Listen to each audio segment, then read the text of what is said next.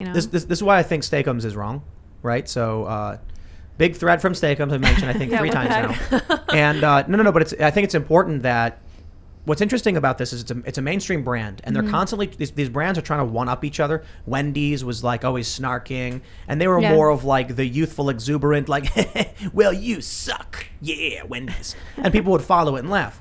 Then Steak-Umms comes out, and the Wikipedia says that they receive accolades for acting like a real person on Twitter. Well, the interesting thing is this Twitter thread that Steak-Umms put out is a centrist view on societal collapse and talking about what we need to do, saying that experts need to admit when they were wrong and apologize for it. And the other side needs to recognize that they have limitations too. And there are experts who probably know more than them. And I'm like, thank you, Steak-Umms, for trying. But you are late to the party.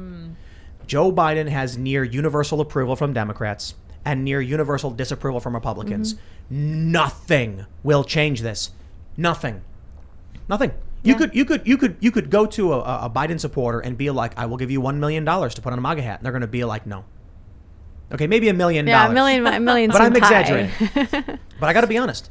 I'm willing to bet that, a lot of these people on the left will not do anything to benefit themselves if it puts them at odds with their tribe. They're scared to break from it. And it's this social order thing that humans have where it's like you got to be a part of a certain tribe. Otherwise, you'll be at risk. Yeah. But the interesting thing here is that conservatives tend to be more individualistic. So they're less concerned about being outed, but still kind of are.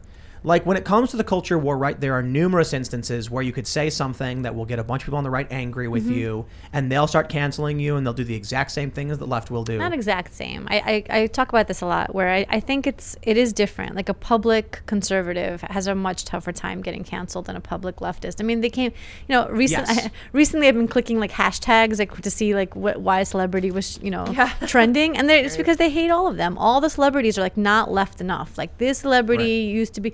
Lena Dunham trended recently. They hate her now. She used to be one of them, and now she's out. I just don't see that happening in the same way with conservatives. No, you're right. That's why I say it's the exception on the right, but the rule on the left. Yeah. So there are still tribalists on the right who will be like, you can't, I reject this. You're wrong. You're a grifter and all that stuff. But on the left, it's like, geez.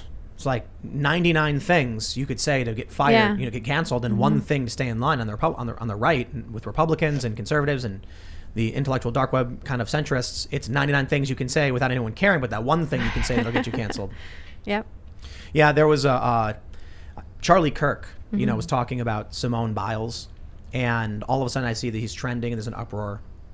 We brought it up the other day, but I think this is a really great example. Philip DeFranco did a segment where he used an image of Charlie Kirk with a shrunken face for his thumbnail. And I'm like, why? Well, do you know who Philip DeFranco is? No. He's one of the first big YouTubers. He would do news, and he's like, he would be like, you just got filled in, and that was his bit. And he would like talk about the news. And it was always very like moderate. He actually interviewed Gary Johnson during, what was it, like 2016? 16, yeah. Was it 2016? He runs every time, so. That's when I voted for him. But he was like, Phil at the time was like libertarian, calm, reasonable, and rational. And now he's like, he came out when it came to the Covington kids. He made a video where he was wrong. Then when it came, there's other instances, but now it's like, Charlie Kirk says something that people think is stupid, and I'm like, who cares? Whatever. Like, I don't know, Charlie Kirk would say whatever he wants. It's got no bearing on the Olympics. Some guy had an opinion. Great. And then I criticized Phil because he tweeted like, you're a, whatever, and was insulting him. But then I saw today he was like, we're back, and it's a thumbnail. And not only is he talking about Charlie Kirk, which is fine, but he does this meme where they shrink Charlie Kirk's face, which I'll admit, great meme. It's really funny. Like the joke is that every time Charlie makes a point, his face shrinks or something. Memes are great. By all means, make fun of him and Ben and everybody else and me and, who I don't care. But like, why would someone who is known for being a like straight shooter news personality all of a sudden be playing tribal politics and just insulting someone for content? This is cultural decay. Yeah. When you can see it's infecting everything. The New York Times has become this. Our mainstream news apparatus has completely become crap all over people and find whatever reason to hate somebody for tribal points. And then even now, YouTube is built on this basically. Drama channels. And here you go. This is it. Our entire news media is now just, who can I crap on for clicks? Yeah. Strife sells. I mean, that's like, it's popular. I find myself like sometimes clicking on a headline of like two celebrities I've never even heard of to be like, this celebrity and this celebrity are like beefing, and like, oh, what are they fighting about? Like, what happened? Like, I don't even know them. I don't even know who they are.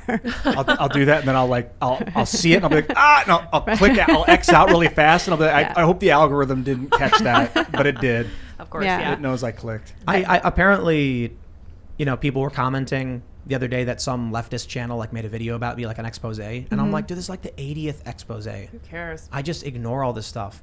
And then there's like, people messaging me right now because there's another hit piece coming, and it's a big one, I guess. And I'm like, I literally don't care. Like, I'm not gonna make videos about this stuff.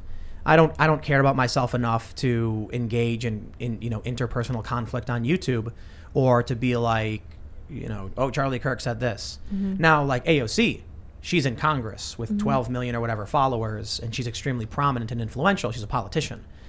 CEOs, politicians, and to an extent, many personalities, I think it's fair game. But when it's like people just doing drama to bicker with each other, and news outlets being like, we're going to write garbage, fake trash to like try and get somebody, I'm like, you know what? There's a rock I can crawl under and just, dig a hole and play video games the rest of my life. That was interesting how you said that you could get a Biden supporter to put on a MAGA hat if you paid him $1 million. And well, I was being hyperbolic when I said you couldn't, but you're kind of right that if you bribe people, they will change their political ideology. And the problem is Biden has his finger on the money printer, so he's bribing everyone right now with these. Burr. Yeah, goes burr. Man, are they unloading too? I don't think. Maybe $1 million would get a Biden voter to put on a MAGA hat. 50. You could probably get tons of Biden supporters to put on MAGA hats for $50. They don't have loyalty to that guy. No. But they are scared of looking like Republicans. Maybe, yeah. You get that picture circulates. You lose everything. They think it's a Klan hat. Like they'll be like, no way, dude. Yeah, it's like, tell them this. Put the hat on, I'll take a picture of it, and I'll give you $50,000. They'd probably say no, and I'm not kidding. Maybe that's a good idea for a man in the street video. We'll go to New York and be like, how do you feel about Trump? No, and like, 50 is still too much. I think you have to go for $50. Like $50 is sort of like, it's a 1 second thing. Like, or just see how little people really care. Yeah, 50,000. I mean, I put on I don't even know what I put on. For It's a lot. I put on 2 masks. But I mean, like, obviously there's regular people who voted who don't really care all that much.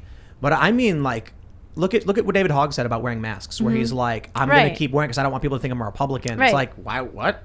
I live in like the super leftist area where, I mean, masks were absolutely like, a signal that I belong. I'm part of this group. If you're not wearing one, you're not part of the group. And it's important to people to be part of the group. So, Yeah, maybe $50,000 is a lot of money. It's too much. Too much. You got to like do like $100. Like this, here's $100. Like they'd say no. Put on this hat. No, they would. I think you'd get a lot of yeses. Yeah. Really?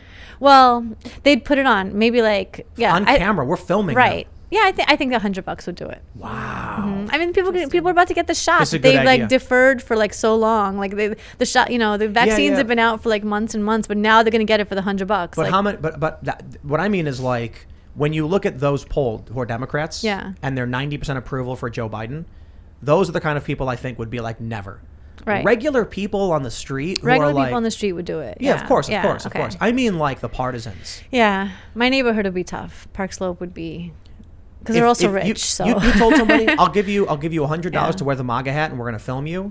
I got a feeling they're going to say no. Yeah, no, it would have to be like regular people on the street. How about a college campus? Ooh, that's really tough. Because they want the money, hard. But boy, would they get in trouble if that photo goes around. Ooh. What are they going to say? They paid me to wear it. They'll be like, what? Right. You took money to wear that thing? What? You Nazi. I do think money talks. Yeah. I'm willing to bet that you could find like a moderate left or right personality, offer them enough money, and they'll flip sides instantly. Right. It's the whole, you offer enough money and people will do it. But I think for 50,000, everybody does it. Yeah. 10,000, everybody does it. I think so too. No, I don't know about everybody. I think everybody. A photo of you wearing that hat, you will never get hired in your city. Your friends will be like, "What is this?" And you'll try claiming, but they paid me to do it. Yeah. They paid me a lot of money to do it. They'll be like, "You took money to support Donald Trump? Yeah. How dare you?" I mean, look, you see what some people get canceled for. I'm not convinced.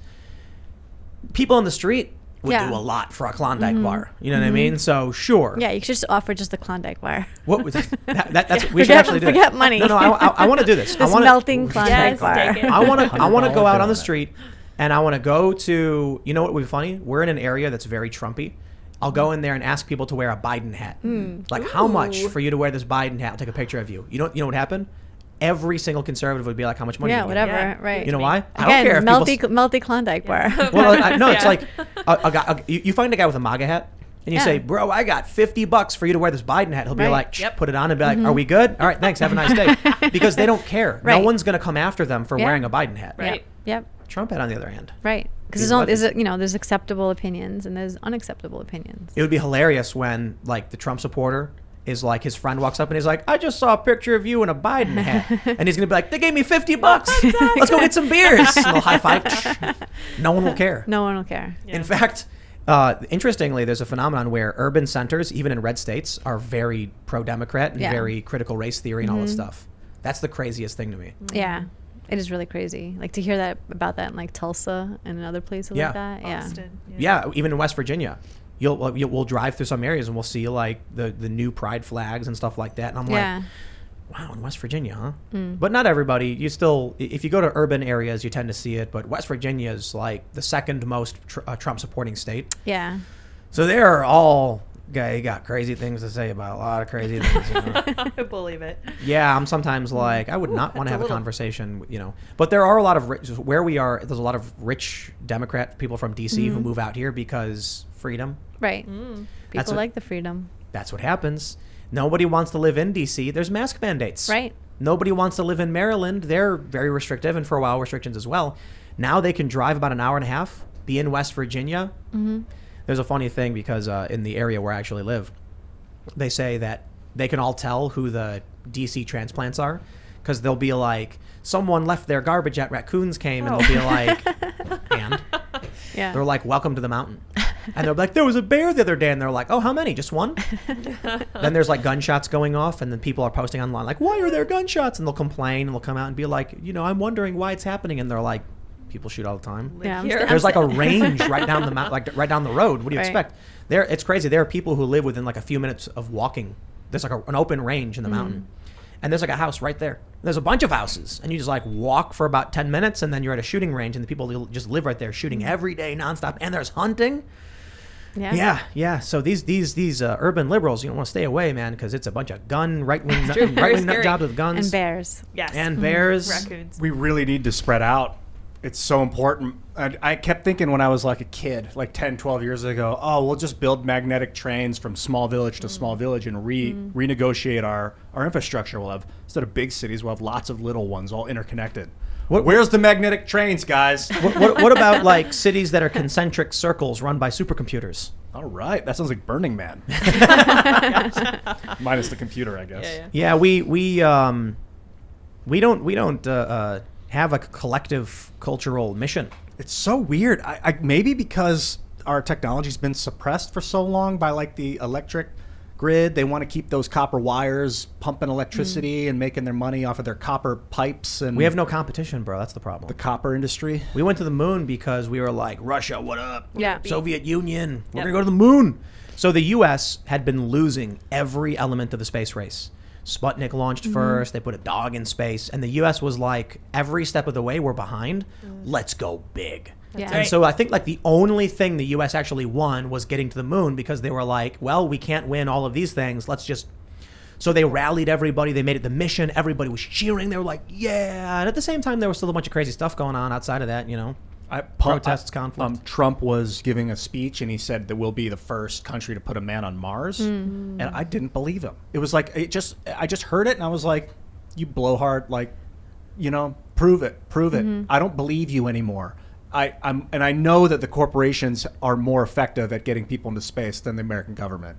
If you look at the last year of activity. Thanks for checking out this clip from the Timcast IRL podcast. If you want to see the full show, come back to this channel, youtube.com/TimcastIRL, Monday through Friday at 8 p.m., where you can leave comments and super chat, and we actually will read your comments on the show.